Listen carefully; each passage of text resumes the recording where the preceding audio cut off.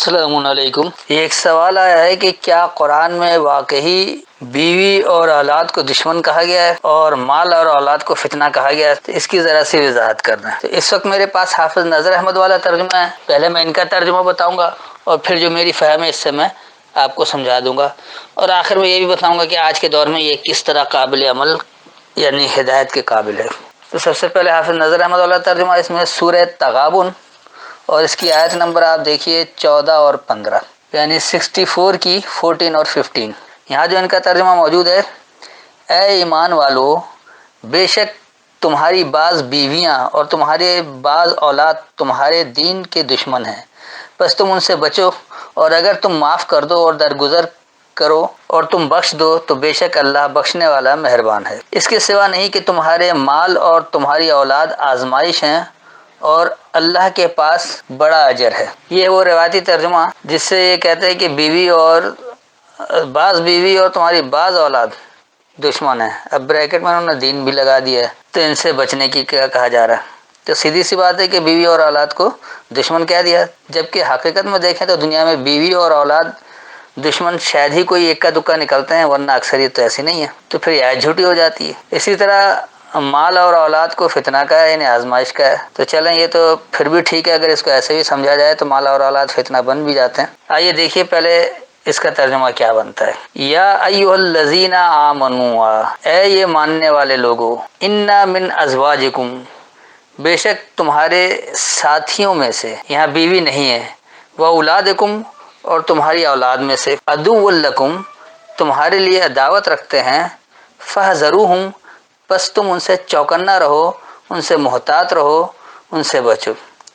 وَإِن تعفوا، اور اگر تم عافیت دو، وتصفحوا، اور تم درگزر کرو، وتغفروا، اور تم حفاظت چاہو، فإن اللہ غفور رحیم، بس بے شک اللہ حفاظت سے رحم کرنے والا ہے۔ انما اموالکم و اولادکم فتنہ، بے شک جو تمہارے مال ہے اور تمہاری اولاد فتنہ ہے، یعنی ایک آزمائش ہے۔ فتن کہا جاتا ہے پرکھ کر الگ کرنے کو، تو یہ پرکھ کر الگ کیے جانا ہے۔ واللہ عندہ، اور اللہ اس کے پاس، اجر عظیم، انتہائی اجر ہے، انتہائی نتیجہ ہے۔ میں اس کا رواں ترجمہ بتا دیتا ہوں کہ اے یہ ماننے والے لوگو، بے شک تمہارے ساتھیوں میں سے اور اولاد میں سے یا تمہارے پیدا کردہ میں سے تمہارے لیے عداوت رکھتے ہیں، بس ان سے محتاط رہو، اور اگر تم عافیت دو اور تم درگزر کرو اور تم حفاظت چاہو، بس بے شک اللہ رحم سے حفاظت کرنے والا ہے۔ بے شک جو تمہارے مال اور اولاد ہیں وہ پرکھ کر الگ کرنا ہے، یعنی ایک آزمائش ہے، اور اللہ اس کے پاس انتہائی اجر ہے، انتہائی نتیجہ ہے۔ تو یہ تو تھا اس کا رواں ترجمہ۔ اب دیکھیے یہاں بات کیا ہو رہی ہے، کیا واقعی بیوی اور اولاد دشمن ہے؟ یہ تو ہے ہی نہیں۔ اللہ صاف لفظوں میں کہہ رہا ہے کہ جو لوگ ماننے والے ہو گئے، یعنی جو اللہ کے احکامات کے پابند ہو گئے ہیں، تو ان کو یہ کہہ رہا ہے کہ بے شک جو تمہارے ساتھی ہیں اور تمہارا پیدا کردہ ہے۔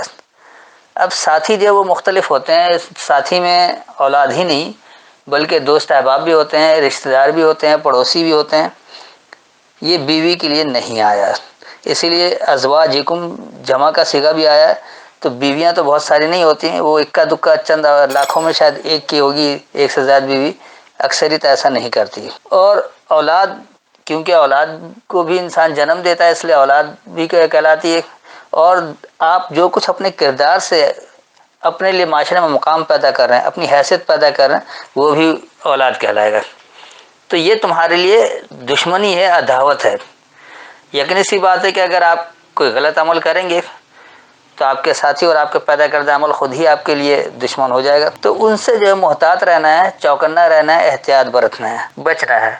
حذر کہا جاتا ہے چوکنا رہنے کو، احتیاطاً بچنے کو، تو ان سے یہ لازمی سی بات ہے کہ احتیاطاً بچنا چاہیے۔ پھر اللہ یہ کہہ رہا ہے کہ اگر تم عافیت دینے والے ہو، عافیت دینے کا مطلب آپ ہر ایک کا بھلا چاہتے ہیں، کسی کے لیے نقصان کا باعث نہ بنے، کسی کے کام میں رکاوٹ نہ ڈالیں، جو صحیح کام ہے، جو اچھے کام ہے، جو انسانیت کی بھلائی کے کام ہے، اس میں آپ تعاون کریں، اس کو آپ عافیت دیتے رہیں، اور درگزر کریں۔ کہ چھوٹی موٹی غلطیاں ہوتی ہیں جو جان بوجھ کر نہیں ہوتی، یا بعض اوقات کچھ اکا دکا جان بوجھ کر بھی ہو جاتی، لیکن وہ ایسی غلطی ہوتی ہے کہ اسے درگزر کر دیا جائے تو اس کا کوئی نقصان نہیں ہے، انسانیت کو فائدہ ہی ہے۔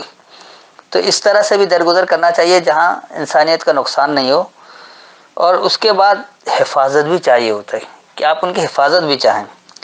تو پھر اللہ کہہ رہا ہے کہ بے شک اللہ بھی رحم سے حفاظت کرنے والا ہے. یعنی اللہ کی حفاظت جو ہوتی ہے وہ ایسے ہی نہیں ہوتی بلکہ وہ رحم کے ساتھ ہوتی ہے، بڑے رحم کے ساتھ حفاظت کرتا ہے. اس کے بعد کہہ رہے کہ بے شک جو تمہارے مال اور تمہاری اولاد ہے وہ فتنہ ہے. تو آپ جو کچھ مال بناتے ہیں اگر جائز طریقے سے بنا رہے ہیں، حلال طریقے سے کر رہے ہیں، بغیر کسی کو نقصان پہنچائے، رشوت لیے بغیر، اپنے کام کو مکمل کر کے جائز منافع کے ساتھ، تو یہ سارا کچھ جو ہوتا ہے بالکل ٹھیک رہتا ہے.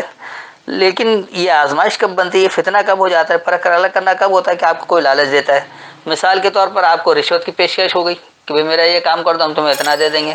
کہیں کوئی بل پاس کرانا ہے، بھائی اتنا کمیشن دینا ہے. جیسے اب پاکستان میں تو عام ہے کہ اب بغیر رشوت کے کوئی کام ہی نہیں ہوتا ہے، چاہے پولیس والے ہوں، بیوروکریٹ ہوں یا کوئی سرکاری محکمہ ہو، بغیر رشوت کے کام ہی نہیں ہوتا. اکا دکا لوگ کرتے ہیں، اکا دکا لوگ کرواتے بھی. اکثریت خود بھی نہیں چاہتی کہ وہ ایک جو تنظیمی انداز اس کے مطابق کام کرائیں، جلدی چاہتے ہیں تو اس کے لیے وہ خود پیشکش کرتے ہوئے اتنے لے لو اور ہمارے کام کر دو. تو اس طرح سے جو آپ مال دے کر، رشوت دے کر، کوئی سفارش کروا کر جب کام کرواتے تو ایسا مال اور اولاد جو ہے یہ آپ کے لیے ایک فتنہ، یہ پرکھ کر الگ کرنا ہوتا ہے. اس میں آپ لوگ غلط کام کر جاتے ہیں، اور جہاں یہ غلط کام ہوتا ہے اس کے پھر غلط نتائج بھی آتے ہیں معاشرے میں. تو اس لیے اللہ کہہ رہا ہے کہ جو اللہ ہے اس کے پاس انتہائی اجر ہے. یعنی آپ اللہ کے احکامات کی پابندی اختیار کریں، اللہ سے ڈرنے والے بنیں، اللہ کے فرما بردار بنیں، تو پھر آپ کو ایک اچھا اجر ملے گا اور انتہائی نتیجہ ملے گا، جو معاشرے کے لیے بھی صحیح ہوگا، آپ کے لیے بھی صحیح ہوگا، اور دنیا کے لیے بھی فائدہ مند ہوگا. اب اگر آپ ان اصولوں کو معاشرے میں اپنا لیں، اس کردار کو اپنا لیں، تو پھر آپ دیکھیے کہ وہ معاشرہ کیسے نہیں اچھا بنے گا، کس طرح وہاں امن قائم نہیں ہوگا. کیونکہ جب آپ کوئی غلط کام کریں گے نہیں، آپ کوئی اس طرح کے کام کریں گے نہیں جہاں کسی کو نقصان پہنچا کر، کسی کا ضمیر خرید کر کسی کا کوئی غلط کام کروایا جائے، تو سیدھی سی بات ہے کہ وہ معاشرے کو امن ہی فراہم کرے گا. تو یہی کہا گیا کہ ماننے والے لوگوں کو جو ہے، چاہے ان کے ساتھی ہوں، ان کے اولاد ہوں، وہ ان کے لیے دشمن ہو جاتے ہیں. تو اس سے آپ کو بچنا ہے، اس سے احتیاط کرنا ہے کہ آپ وہ کام نہ کریں جو دشمن ہو جائیں. اور اگر آپ عافیت دینے والے ہوں گے، درگزر کرنے والے ہوں گے، حفاظت بھی چاہیں گے، تو اللہ بھی رحم سے حفاظت کرنے والا ہے. مال اور اولاد ایک آپ کو فتنہ ہے، یعنی ایک پرکھ کر الگ کرتی ہے. تو مال کے چکر میں اور اولاد کے چکر میں غلط کام نہ کریں. یاد رکھیں کہ اللہ ہی کے پاس جو وہ اچھا اجر ہے، انتہائی اجر ہے، جو معاشرے کے لیے فائدہ مند ہوگا. امید ہے اتنی وضاحت کافی ہے. پھر بھی کوئی سوال ہو تو بعد میں پوچھ سکتے ہیں. السلام علیکم.